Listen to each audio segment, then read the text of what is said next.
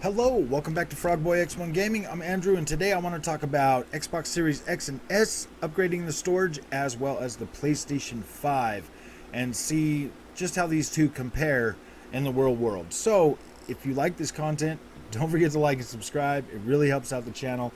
I'm very blessed. I'm feeling really happy. You guys have pushed me well over my expectations, and like I'm grateful. I'm grateful to everybody that stops and watches this content. And I hope this video, if you do watch my content and you haven't subscribed yet, I really hope this video will help change your mind. So this channel is a neutral channel. I have been kind of hard on PlayStation a lot lately, but all that's starting to kind of turn around a little bit because I am truly impressed with the storage upgrade, and this was like my biggest pet peeve, you know, for the most part. Now I'm pretty happy. So all right, let's look into this. Xbox Series X and S launched day one. They had the ability to upgrade your storage right then and there, and if you really think about it, that was kind of a must, because Microsoft has been upgrading a lot of games, and a lot of developers actually have been doing a lot of upgrades. And seeing as throughout the last generation, through the end of the last generation, I started buying a lot of my third-party games on the Xbox. So that was freaking amazing. I've gotten so many games upgraded that it's not even funny, that I needed to be able to upgrade that storage pretty early on, man. Just having Call of Duty on there on my internal storage on my Xbox, that was already like 230 gigabytes out of the 820 available at the time. So very early on, I decided to just upgrade my storage. I have been able to put a lot of games on there. I've got, I think close to 40 games between my storage, my upgraded SSD, and my console storage, all on my Xbox Series X right now at this time. So that's pretty freaking good. Whereas on the PlayStation 5, after the upgrade, I now have 20 titles that are on the PlayStation 5 that are on, you know, both my internal storage and the new SSD that I put in there. And I still have about 700 gigabytes of free space on the PlayStation 5. So that gives me enough room for Ghost of Tsushima and Death Stranding, Kenya Bridge of Spirits, and possibly, you know, a few more games. So my plan with that is to upgrade to at least 2 terabytes on the PlayStation 5, which is amazing. Not only do I have the ability to upgrade my storage on the PlayStation 5 up to 4 terabytes, Xbox I can only do 1, but I can buy extra cards at $200 a piece.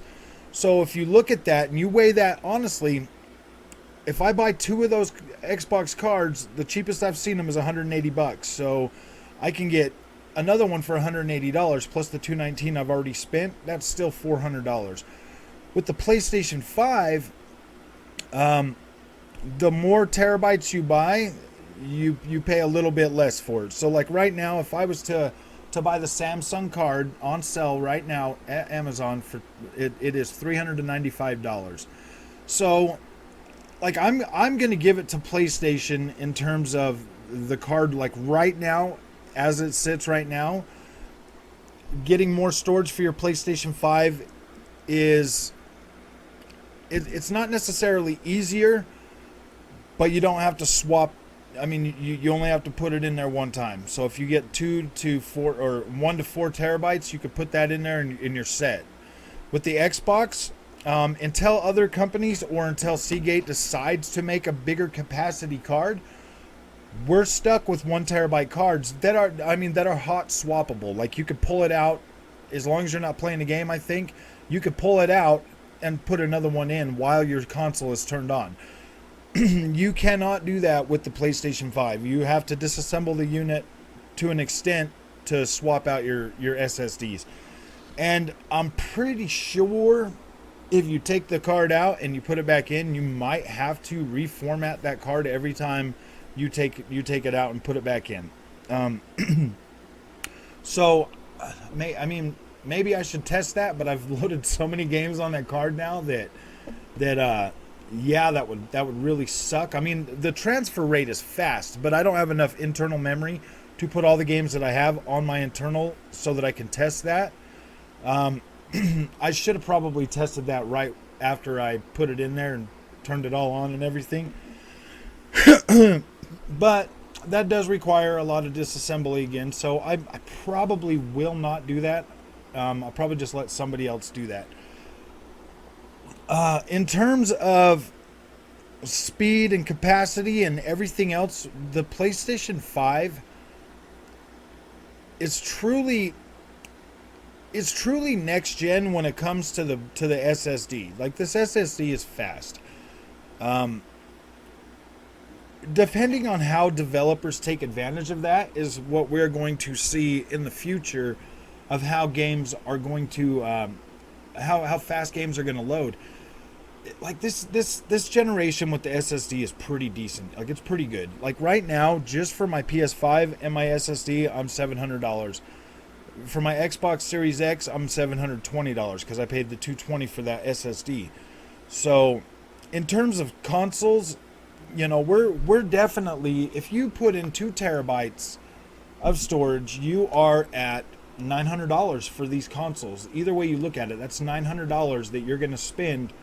Whereas getting a comparable PC is still going to be more than that, because just building your PC, you're still going to have to pay that much for your SSD. Like, either if you're building a PC or not, you still have to pay that much for the SSD.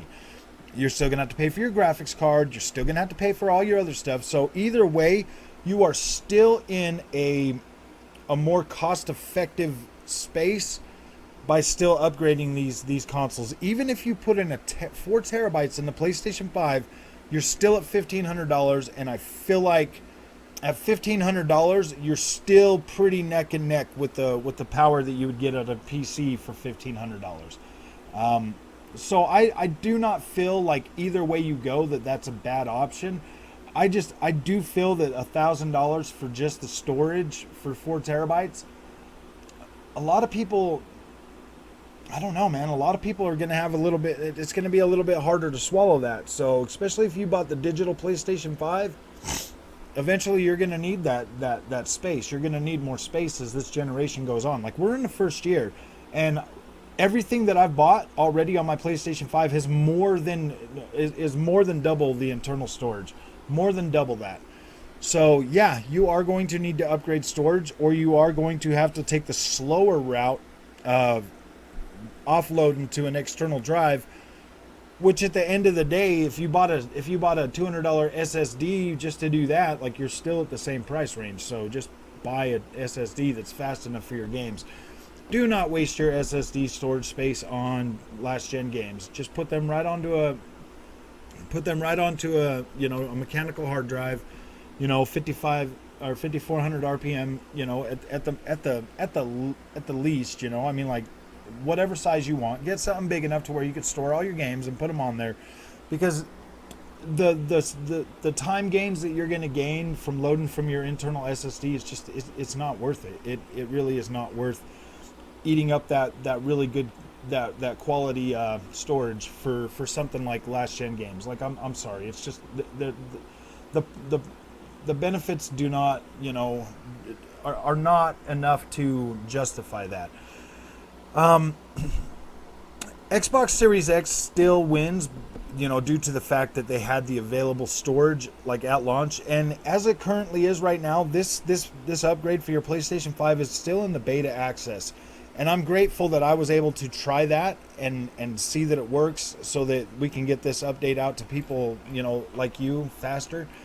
I'm happy. Like, I'm content with the way this is going. Like, I'm pretty happy with both consoles, the way they've done it. If I need to buy another card for the Xbox, I mean, it is what it is, but I would much rather a bigger storage capacity.